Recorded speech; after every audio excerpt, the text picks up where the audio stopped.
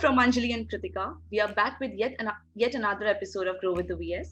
Today's episode is really special because we are going to heal our relationship with mind and body. Because we have with us Riddhi Gulecha, who is a certified mind, body, and eating coach. She's trained in rational, emotive, and cognitive behavior therapy.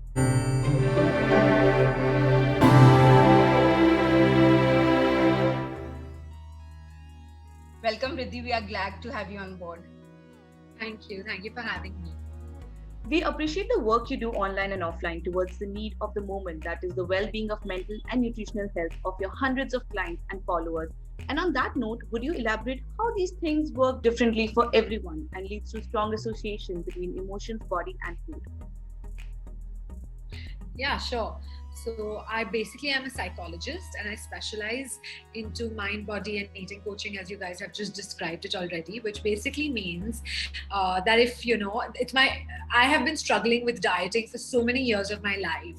And that's the reason, I kind of thought about if all of us could follow diets, and we all would have reached our goals, but that's not really the case. And there is a gap between the diet on paper and actually following it in real life. There's life, there's work, there's stress, there's emotional eating, there's overeating, there's binge eating. There's just so much that kind of blocks us. And there's COVID, of course, now, where we're all overeating and, craving sugar like anything.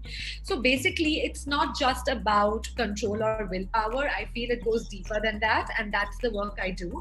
I basically help my clients to combine why their nutritional needs are not being met by actually addressing the underlying psychology behind eating. So basically, we should be mindful about all of this. I think it goes a little beyond mindfulness, because it's more about actually, we actually talk and we address the underlying root causes of why you are not able to reach your goals yet. So it's more therapy based, cognitive behavior therapy, rational emotive behavior therapy, mind body eating therapy, eating behavior therapy. So it is basically so many different things that align together. It's not like if somebody comes to me, I will not give them just another diet. Of course, I'll balance their nutrients and all of that, but I'll mainly work on their anxiety, stresses and other issues like emotional eating, binge eating, overeating, stress, mood swings, energy levels and all of that, to give them the results that they want.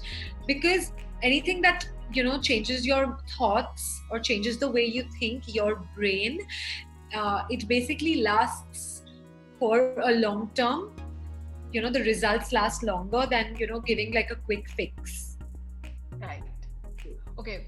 So well said. And while you are while we are at it, we see a lot of people, going through anxiety, stress, sleep deprivation, anger issues, and as you mentioned, emotional imbalance. And someone who doesn't have much knowledge, and like someone who I don't have much knowledge about it, but yeah, in some phases even I do go through these phases, and we generally relate it with the vicious circle of depression. Generally, majority of us do. So is it just that is it a stigma that that's prevailing in the society, or is it actually related to it is the root cause is depression? No, not at all. I think it's one of the root causes, not the only root cause. You could be absolutely happy, excited, and still end up overeating or emotional eating, right? Like when you go to parties, for example, you're not generally depressed. You're in fact very happy, excited, we're celebrating. So I don't think it is only depression. Of course, when people are depressed, there is a greater tendency to binge eat and overeat a lot more, but the same tendency could be even in somebody who is suffering with mild stress and anxiety also. Basically, when you start eating your emotions, okay, that's when you kind of get into this vicious cycle. So it's more about managing all the emotions. You don't need to have depression, in order to kind of work on your relationship with food or on your relationship with your body. Although with body image, like especially when we're very, very conscious of our bodies, and we constantly try to change our bodies, fix ourselves, especially when we're on a weight loss journey for so many years. It kind of becomes almost like second nature that I'm going to control my food, I'm going to restrict, and then that leads to overeating. So that also causes these cycles. So yes, I do very deep work on body image healing also, which then finally will change your relationship with food and body. Okay. That's really great. And even today in our society, majority of people are still reluctant to open up about how they feel or how they do cope up. How do they seek professional help from someone like you?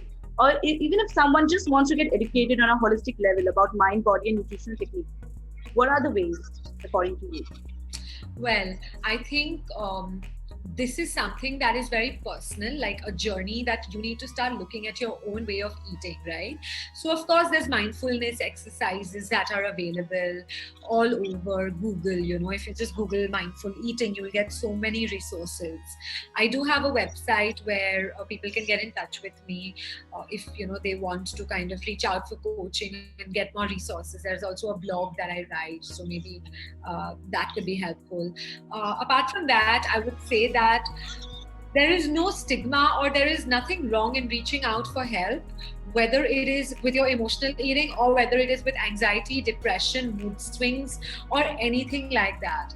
Why would you not want to be the best version of yourself? And if there are so many resources out there, there are therapists, there are so many people, all of us are kind of just trying to help. So there's nothing wrong with it. So don't be ashamed if, you feel that I want to reach out for help. That doesn't mean that, how people say, are you mad that you're reaching out for therapy?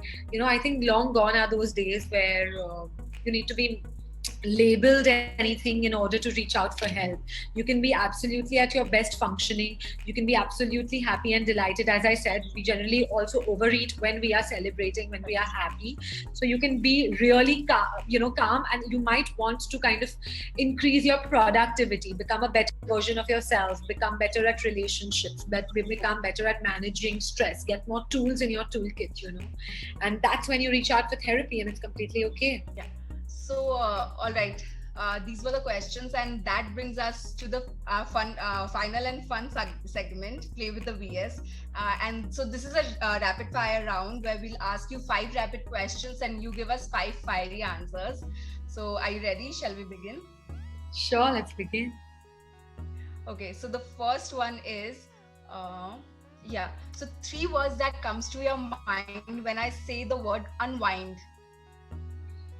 A candle, sunset, and and sometimes my work. Actually, it's really relaxing. Okay, question number 2. Food item that you can't do without. Oh my God, I love food. There's nothing I can't do without. One, I have to just name one. Yeah. Yes, one. Anything that's coming in your mind right now when I talked about Pizza. Pizza. Okay, perfect. Okay, so that you also there's one question. So you also include junk while you are healing someone or yeah, absolutely. I don't think any food is good or bad, and it's just the way of eating it. So next one is one book that is a must read and you would suggest our listeners to have it. I think I recently read Ikigai. It was a really nice book, inclusive of mindfulness and techniques and mind-body connection. So it was really nice. And lastly, your favorite motivational content creator or speaker, if you do listen to someone. I really like Jay Shetty. Yeah, one of my favorites too. Okay, Riddhi, this is the end of our conversation, and thank you so much for enlightening us and our listeners on such a crucial topic, which is really the need of the hour. And to all those who are watching or listening to us, stay safe, text your loved ones, and eat healthy. I think this was a lovely conversation with Riddhi Kolecha here. Thank you so much, Riddhi. Thank you. Thank you. Bye. Be safe. And stay tuned to Grow with the VS.